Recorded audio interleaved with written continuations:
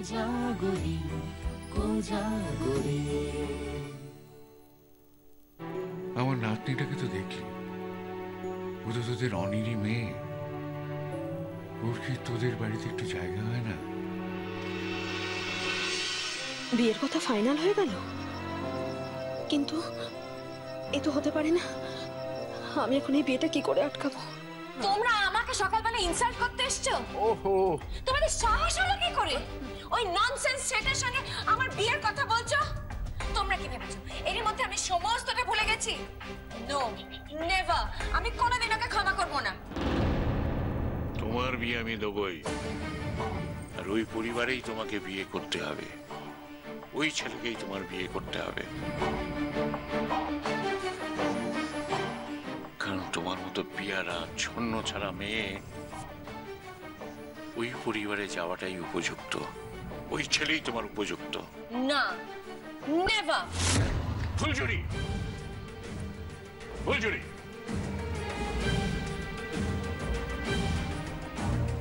শোনো, তুমি যেমন জজের নাতনি, তুমিও তেমনি জজ।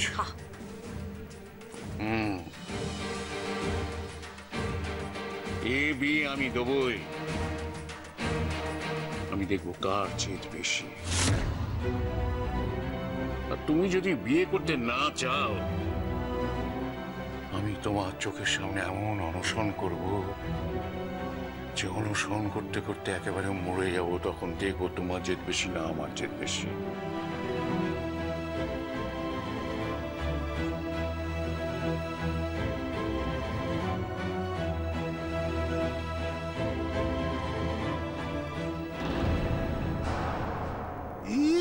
নাটক দেখে জয়মা ক্ষীর হয়ে গেছে রে। আল্লাহ, বেশ হয়েছে, বেশ হয়েছে, ঠিক হয়েছে। ওই বাসায় সাজি হইলে এখন এখন বেয়াদবি মাইয়ারে উঠতে শাসাইব, বইতে শাসাইব। বেশ হইব, বেশ হইব, একেবারে উচিত কাজ হইব। হায় আল্লাহ রে।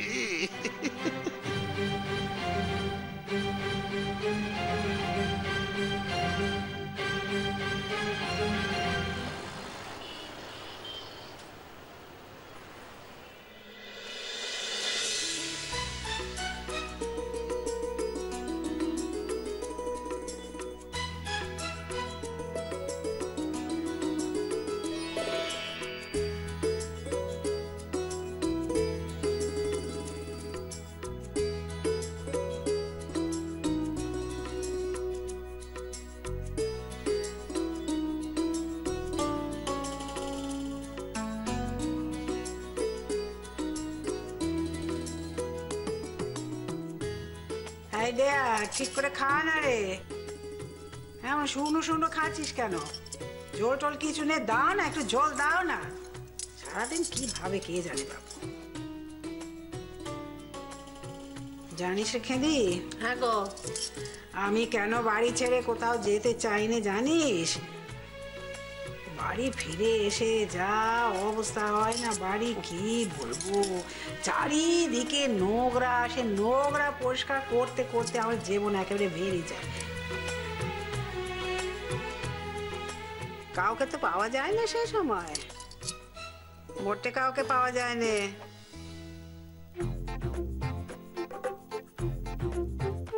আর আমাদের একটা পাগলা আছে না, সে বংশী, সে তো নাচতে নাচতে আমাদের সাথে চলে গেল দেশের বাড়িতে। যাকে রেখে গেল তার ভাগ্নে, সে মদনা, সে তো সারাদিন ওই নাকে সর্ষের তেল দিয়ে সে ঘুমোচ্ছে তো ঘুমাচ্ছে, ঘুমাচ্ছে তো ঘুমাচ্ছে। তুই আর হাসিস নে খেদি কোথাকার, তোর হাসি দেখলে না আমার গা জ্বলে যায়। তোর জন্যই তো, তুই তো সকলকে পোষায় দিয়ে দিয়ে ওদের মাথায় ওই চিবিয়ে খেয়েছিস। ও দি গো, কথা শোনো তোমার। আচ্ছা, আমি নয় সবাইকে দেখিয়ে দেখিয়ে পোষায় দিই, কিন্তু আড়াল থেকে বসে বসে পোষায়টা কে দেয় শুনি? হ্যাঁ, এই যে আমি বুড়ি হয়ে মরতে গেলুম, আমাকে প্রশ্রয় দিয়ে দিয়ে মাথায় তুলেছে কে? তুমি। এই যে তোমার দেওয়ার মশাই কি বলে জানো? কি বলে বউঠান তোমাকে প্রশ্রয় দিয়ে দিয়ে এমন মাথায় তুলে রেখেছে যে একেবারে কোনো কথা বলার জো নেই গো, বলে তো। কেন বলবো না বলো দেখি বউটান? কোনো কথা বলার জো নেই কো? বললেই ভয় দেখাবে, দিকে বলে দেবো।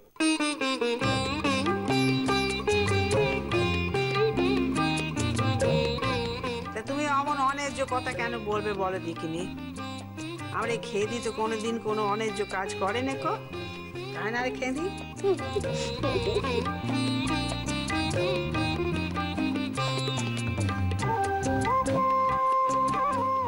অবিলু বা তো পাতে কোনো ঝোল ঝাল কিছু দেখছে না নাকি? অমন শুকনো করে বসে আছিস, তুই তো কোনোদিন শুকনো খেতে পারিস না। ও বড় বৌমা, আরে লাগবে না মা, লাগবে না, ঠিক আছে। না মা, মাছের ঝোল যেটুকু এনেছিলাম শেষ হয়ে গেছে, বলেছি এক্ষুনি নিয়ে এলে বলে। মেজ বৌমা, এই আমার ঠাকুরপোর পাতে আর এখান মাছ দাও দিসনি। না না বউটা আর পারবো নি।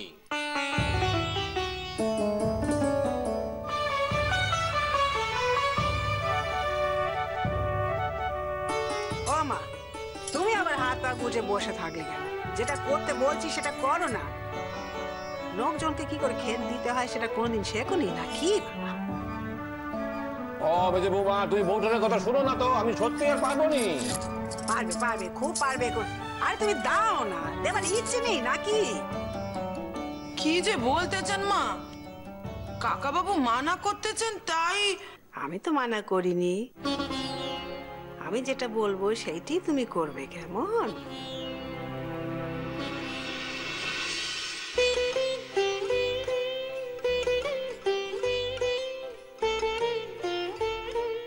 ছোট বৌমা, হ্যাঁ মা, পায়েস রান্না হয়েছে? হয়েছে মা। আমার গোপাল পায়েস খেতে ভালোবাসে, তাকে বড় জাম বাটিতে পায়েস দেও। হ্যাঁ, আর বাকি সকলে যারা আছে সবার জন্য বাটি সাজাও, শুধু একটা বাটি বাদ যাবে। এ কিন্তু ভারী অন্যায় গিন্নি, তুমি নিশ্চয়ই আমার কথা বলছো।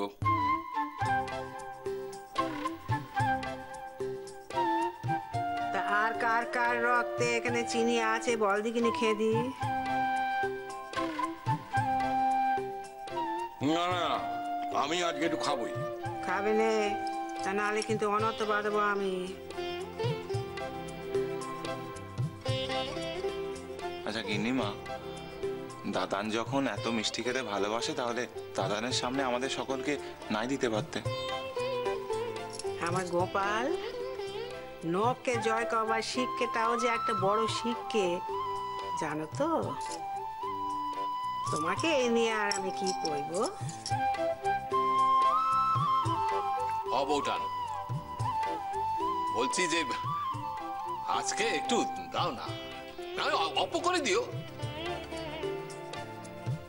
না ঠাকুর, অনেক কথা আমি তোমার আর রাখতে পারবো না। হ্যাঁ, কিছু মনে করোনি তুমি।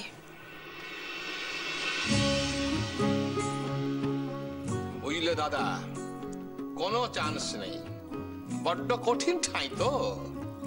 সে কি আর আমি বুঝি নে? হাড়ে হাড়ে বুঝি।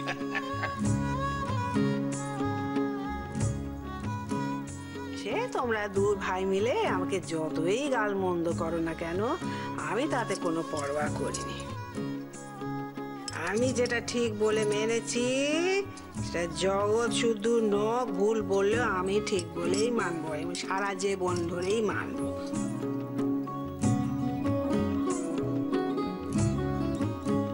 বুঝলি খেদি? আচ্ছা যাই হোক, সে কথা থাক। এখানে তোমরা সকলে আজও একটা জরুরি কথা বলবার আছে। কি গো, কথাটা এখন বলবো নাকি? বলো না। হ্যাঁ, আমার একটা আনন্দের খবর, বলে ফেলো।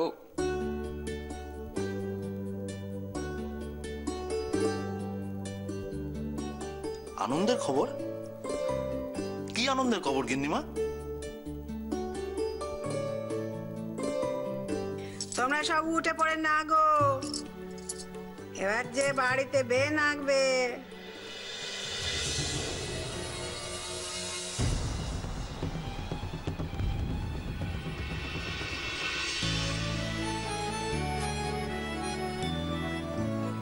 বৌমা, বাকিগুলো দিয়ে দাও দেখে নেই। আমি তো কোনো মিষ্টি আর পায়েসটা একটু নিয়ে আসি। না, তোমরা ঠিক করে পারবে নি বাপু। মেজো আয় দেখে আসলে এই দেখো বড় বৌমা, এখানে একটা কথা কইতে যাচ্ছি, অমনে তোমার এখানে যাওয়ার আছে? না মা, এখনই আসছি। তো পাতগুলো খালি পড়ে থাকবে কি না?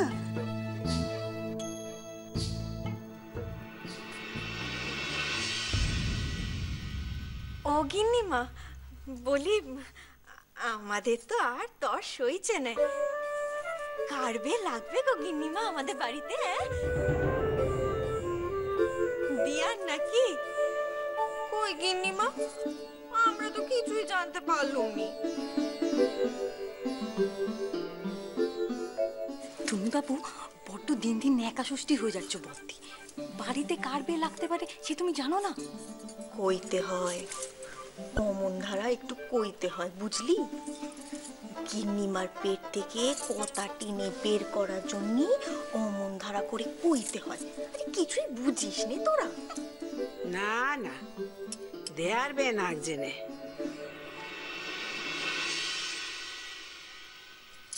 আমাদের গোপালের বে নাক যে এদিনে আমরা একটা মেয়ে পেলুম।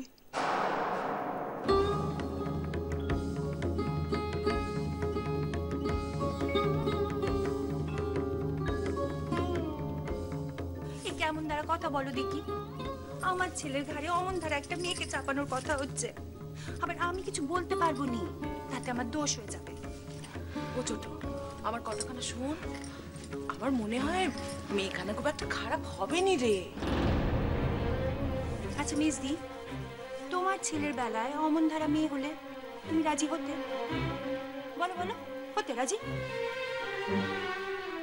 ছোট, বাপ মা কখনো তার ছেলে মেয়ের খারাপ চায়নি, এ কথা কেন বুঝিস নে? অত কথা আমি জানি নে। আমি তোমার দেওরকে সোজা বলে দিচ্ছি, ওই মেয়েকে যদি আমার ছেলের ঘাড়ে চাপানোর চেষ্টা হয়, আমি এ বেতে নেই। ছোটা গপু কি বলবো? কি আবার বলবে? এ বাড়ির ছেলেরা কিরকম মা ঘাসা তুমি জানো নে? ক্ষমতা আছে কারোর? হ্যাঁ, ক্ষমতা আছে মায়ের মুখের উপর কথা বলার? তবে এবার আমিও বলে দিচ্ছি, আমি ছাড়বো নি, এই বলে দিলাম বদ্দি। ঠিক আছে, শান্ত, রাগ করিস নি, আমার কথাটা শোন, রাগ করিস নি। আমার কি মনে হয় বলতো, সাহেব, আমাদের সাহেবও তো মানা করতে পারে। সাহেব মানা করুক না করুক, আমি ওই মেয়ের সঙ্গে আমার ছেলের বিয়ে দেবো নি, আমার এক কথা। পাকা কথা কইতে যাওয়ার আগে একবার বলো, আমার গোপালের সাথে কত কইতে হবে তো। গিন্নিমা, আমি ঠিক বুঝতে পারছি না হঠাৎ করে বিয়ের কথা করতে গেল। উঠেছে গোপাল, উঠেছে। মা, বলো বাপ। মা তুমি কোন মেয়ের কথা বলছো? আমি জানি বড়লোক বাপের মেয়ে তোমার কান একবার ভারী করে দিয়েছে। মিছি মিছি কেন নেকা সাজছ বাপ? তুইও যেমন দেখছিস তো লোক কথা কইছে, মা যখন একবার বলতে আরম্ভ করেছে তখন তো বলবে, তা মারছিস কেন মাঝখানে? থাক বাবা থাক, আমি অম্বিকাকে কথা দিয়েছি যে তার নাতনির সঙ্গে আমার নাতির বিয়ে দেব। অসম্ভব।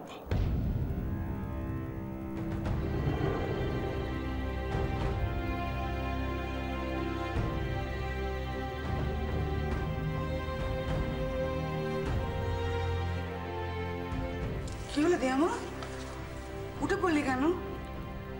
না, আমার খিদে নেই। জোর করে বসেছিলাম, এখন এখন আর পারছি না। ও মা, সে কি কথা রে দিয়া? তুই তো আজ তিনবার রান্নাঘরে উকি দিয়েছিস, আর এখন পায়েস না খেয়ে উঠে পড়লি যে বড়। বললাম তো মেজমা, আমার পেট ভরে গেছে।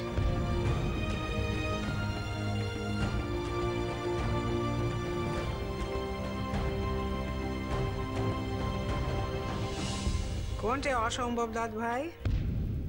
গিন্নিমা, ওই মেয়ে এ বাড়ির বউ হতে পারে না।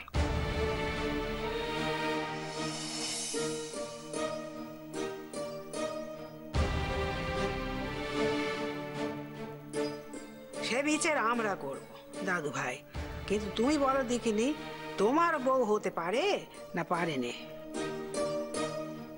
পারে না।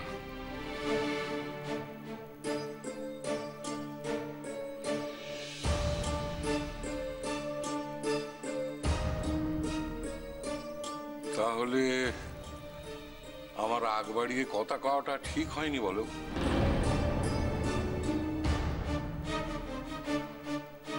মা, মা সেই মেয়ের কাণ্ড কারখানা সব দেখার পরও তুমি সেই মেয়ের সঙ্গে আমার সাহেবের বিয়ে দিতে চাইবে?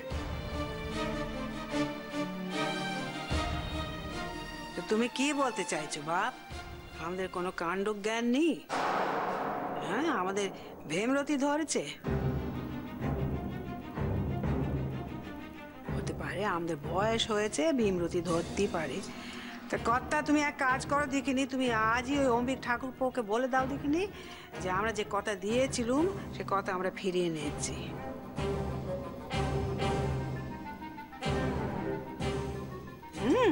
আমরা জানতুম নি মোটে যে নাতিদের হয়ে, আমাদের ছেলেদের হয়ে আমাদের কোনো মত দেওয়ার হক নেই, আমরা জানতুম নি। তুমি আজই কথা বলো।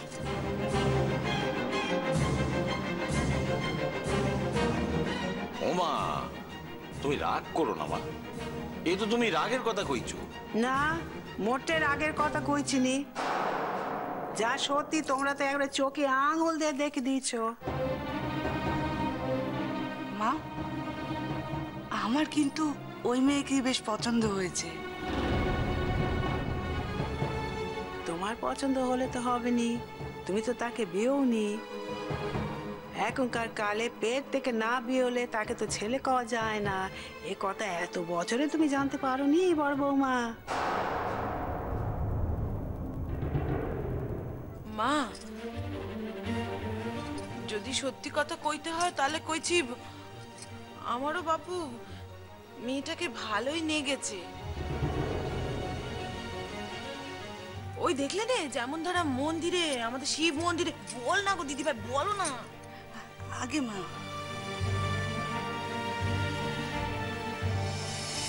তাছাড়া অম্বিকাদার নাতনি বলে কথা, কত বড় বংশ, কত মানি মানুষ, তারও তো একটা দাম আছে। আর সত্যি কথা কইতে কি, বাপ মা মরা মেয়ে বই তো নয়।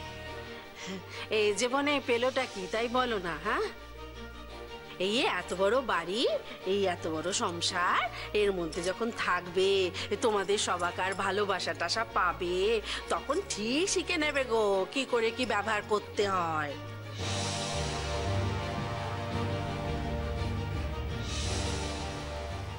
চোখ দেখিনি, তোরা আমার কথা কয়ে কোনো না ভাবিনি।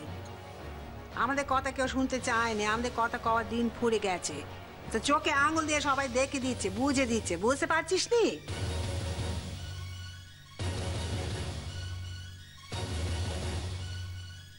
গিন্নিমা, আমি কিন্তু তোমার সঙ্গে আছি। মানে সাহেবের বউ তো আর আমাদের বউয়ের মতো হলে চলবে না। একদিকে তাকে লেখাপড়া, আচার ব্যবহার যেমন জানতে হবে, আবার অন্যদিকে সংসারের হাঁটিঝুটিও তো ঠেলতে হবে। কিন্তু দুটো তো একসঙ্গে হতে পারে না। মানে দেখো, তাও মেয়ে তো লেখাপড়া জানে, আর সাহেব যে ধরনের লোকজনের সঙ্গে ওঠা বসা করে, আমার মনে হয় ও খুব সহজে মিশতে পারবে না, আমার মনে হয়। তো সেদিক থেকে দেখতে হলে আমার মনে হয় এই মেয়েই সাহেবের উপযুক্ত একদম।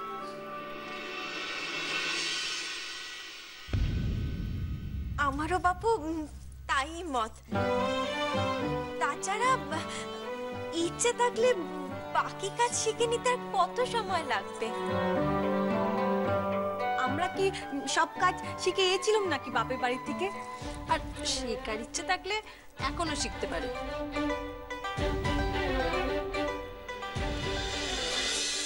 ভাই রে ভাই, কি মেম সাহেবদের মতো গড় গড় গড় গড় করে ইংরেজি কইতেছে রে বাপ। আমার তো চোখ কপালে উঠে গেছে। হ্যাঁ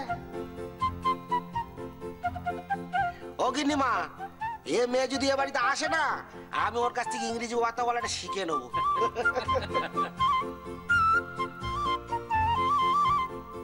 হ্যাঁ তা ঠিক। আর মেয়ের মনখানাও খুব ভালো। দুদিনে আমাদের সঙ্গে কিরম ভাব হয়ে গিয়েছিল। চলে আসার পর আমাদেরই তো বাড়িখানা কেমন ফাঁকা ফাঁকা লাগছিল।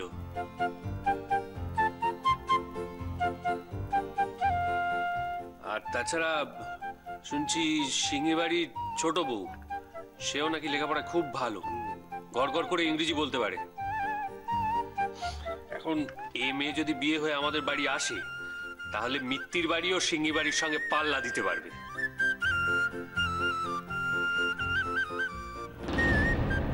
মেয়েটার মা বাবা নেই, ভাষা ভাষা শুনেছিলাম বটে, কিন্তু অত তুলিয়ে ভাবিনি তো। সেই জন্যই কি মেয়েটা অত প্যাম্পার্ড? তাহলে তো মেয়েটা খুব দুঃখী। ভালোবাসা পেলে কি ওর স্বভাব শোধরাবে? ওকে কি আমি আমার মতো গড়ে নিতে পারবো? এবার দেশ থেকে আসার পর ওই মেয়ের কান্না ভেজা মুখ যে অনেকবারই আমার চোখের সামনে ছায়া ফেলেছে, এই কথা তো ভুল নয়।